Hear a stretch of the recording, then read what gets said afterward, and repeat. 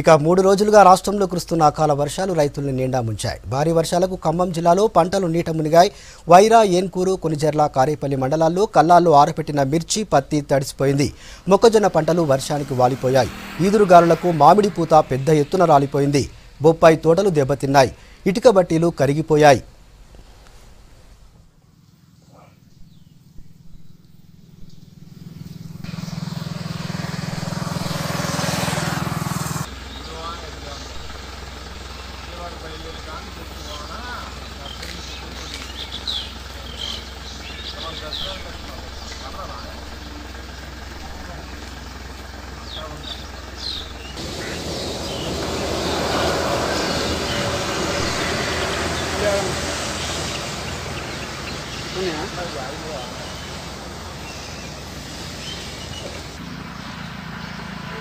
పైన అయిపోయింది, మొత్తం తడిచిపోయింది. మరి అది ఎంత కొనేది తెలియదు, ఎంత అమ్మేది తెలియదు. ఆగమైపోయింది పంట అంతా. కౌలు రైతుని చెట్టు భూమి లేదు. 3 ఎకరాలు పోసిన, కళ్ళలో పోసిన.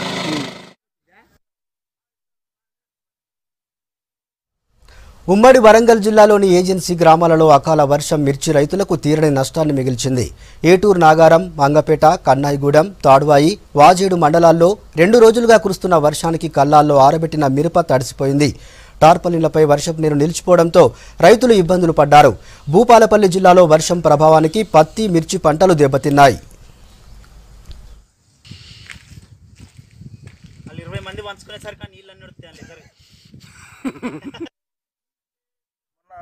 20 రోజుల కింద ఒకసారి వర్షం పడింది.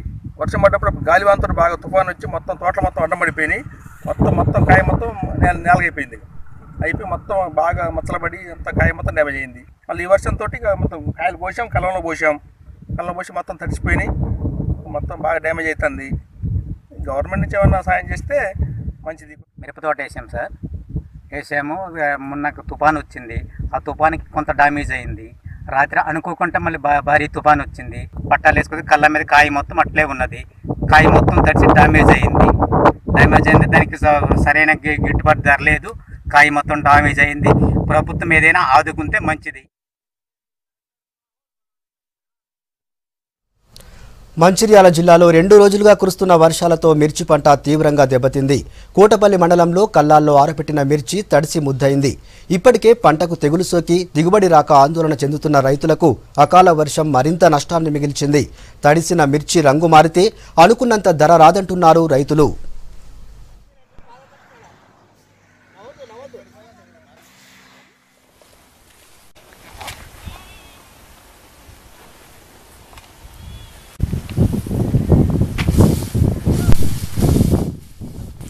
ఉమ్మడి మహబూబ్ నగర్ జిల్లాలోనూ అకాల వర్షం రైతుల్ని కోలుకోలేని దెబ్బతీసింది. భారీ వర్షానికి కొల్లాపూర్ మండలంలో 100 ఎకరాల్లో వేరుశెనగ పంట నేలవాలింది. మార్కెట్ తెచ్చినకు కందులు, ధాన్యం తడిసి ముద్దవడంతో రైతులు ఆందోళన చెందుతున్నారు. తూర్పు విదర్భ ప్రాంతంలో ఏర్పడిన ఉపరితల ద్రోణి ప్రభావంతో రాష్ట్రంలో వర్షాలు కురుస్తున్నాయంటున్నారు వాతావరణ శాఖ అధికారులు. మరో 24 గంటల పాటు ఇదే వాతావరణం కొనసాగుతుందంటున్నారు.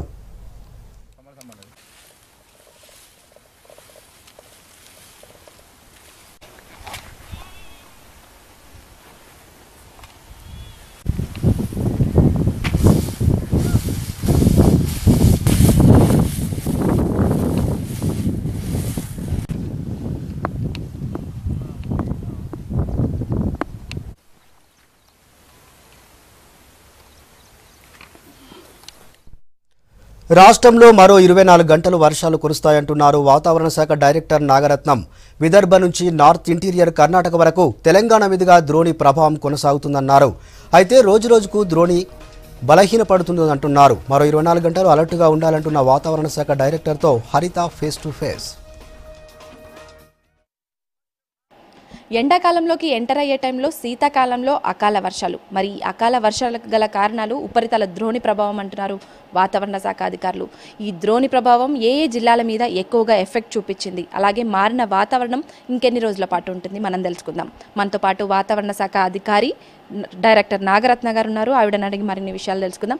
మేడం చెప్పండి, ఈ అకాల వర్షాలకు గల రీజన్స్ ఉపరితల ద్రోణి ప్రభావం అంటారా? ఏ జిల్లాల మీద ఎక్కువగా ఎఫెక్ట్ చూపిస్తుంది? ప్రస్తుతం మనం తెలంగాణ రాష్ట్రంలో చూసుకున్నట్లయితే గత 2 రోజులుగా తేలికపాటి నుంచి మోస్తారు వర్షాలు, అలాగే ఒకటి రెండు చోట్ల భారీ వర్షాలు అనేవి కూడా కురవటం జరిగింది. ఎస్పెషల్లీ దక్షిణ తెలంగాణ, అలాగే ఆగ్నేయ తెలంగాణలో ఉన్న జిల్లాలు, తూర్పు జిల్లాలు కురవటం జరిగింది. అయితే దీని యొక్క కారణం చూసుకున్నట్లయితే ఒక ద్రోణి ఒకటి ఈస్ట్ విదర్భ నుండి నార్త్ ఇంటీరియర్ కర్ణాటక వరకు కూడా తెలంగాణ మీదుగా ఉండటం వల్ల ఈ ప్రభావం వల్ల మనకి రెయిన్ ఫాల్స్ అనేవి పడటం జరిగింది. అయితే మనకి ఈ రోజుకి ద్రోణి అనేది బలహీన పడిపోయింది. బలహీన పడినప్పుడు కూడా అక్కడ విండ్ డిస్కంటిన్యూటీ అంటే లైట్ విండ్స్ ఉండటం, వేరియస్ డైరెక్షన్ నుంచి రావటం వల్ల మనకి కొంచెం తేమ శాతం ఉన్నప్పటికీ అందుకని ఈరోజు మనకి కొన్ని చోట్ల తేలికపాటి నుంచి మోస్తారు వర్షాలు, కొన్ని ప్రాంతాలు మనకి మేఘావృతమై ఉండే అవకాశాలు ఎక్కువగా కనిపిస్తుంది. అంటే సంక్రాంతి అయిపోయిన తర్వాత శివరాత్రికి ముందు ఈ టైంలో అంటే ఇలాంటి అకాల వర్షాలు సర్వసాధారణమే అంటారా? ఈ ఇయర్లో ఏమన్నా మనం స్పెషల్గా చూస్తున్నామా మేడం? యాక్చువల్లీ ఎవ్రీ ఇయర్ కూడా మనకి సంక్రాంతి దాటిన తర్వాత మనకి లాస్ట్ వీక్ ఆఫ్ జనవరి కానీ అట్లాగే first second weeks of February కూడా ఇలాంటి వర్షాలు పడుతూ ఉంటాయి. ఎప్పుడైతే వెస్టర్న్ డిస్టర్బెన్స్ అనేది నార్త్ ఇండియాలో మూవ్ అవుతూ ఉంటాయో అప్పుడు మనకి విండ్స్ అవి రావటం, అక్కడి నుంచి మాయిశ్చర్ రావటం, అట్లాగే మనకి ఇట్లాగా దక్షిణ బంగాళాఖాతంలోంచి కానీ అరేబియన్ సీలోంచి కానీ వచ్చి కాన్ఫ్లుయెన్స్ జోన్స్ ఫామ్ అవటం, ఇట్లాంటివి ఈ సీజన్లో మనకి వస్తూ ఉంటాయి. అయితే మనకి నార్థన్ తెలంగాణ వైపు కానీ విండ్స్ స్ట్రాంగ్గా ఉంటే అప్పుడు వడగళ్ళ వర్షం అవి కూడా పడే అవకాశాలు ఎక్కువగా ఉంటాయి. మీరు అన్నట్టు ఇప్పుడు వడగళ్ళ వాన పడే అవకాశాలు ఏమైనా కనబడుతున్నాయా? ఈ మారిన వాతావరణం ఇంకెన్ని రోజుల పాటు కంటిన్యూ అవుతుంది మేడం?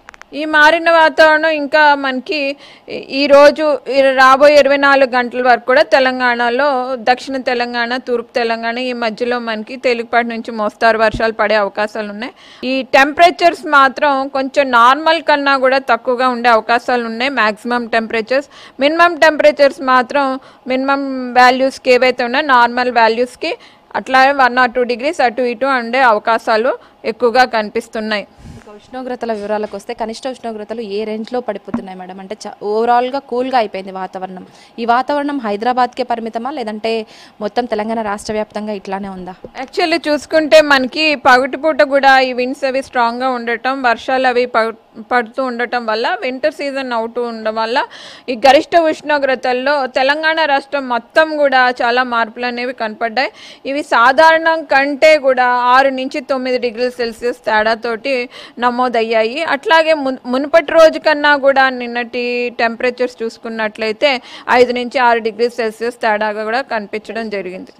ఇక హైదరాబాద్ విషయానికి వస్తే హైదరాబాద్ చుట్టుపక్కల ప్రాంతాలు కావచ్చు ఎలా ఉన్నాయి మేడం? అంటే వర్షాల వివరాలు కావచ్చు ఎట్లా ఉంది? రాడర్ ఈ మ్యాప్ ద్వారా ఎక్స్ప్లెయిన్ చేస్తే మనకి దక్షిణ తెలంగాణలో నాగర్ కర్నూలు కానీ వనపర్తి జిల్లా అట్లాగే ఈ ప్రాంతాల్లోని మనకి తేలికపాటి నుంచి మోస్తారు వర్షాలు అనేవి కురుస్తున్నాయి.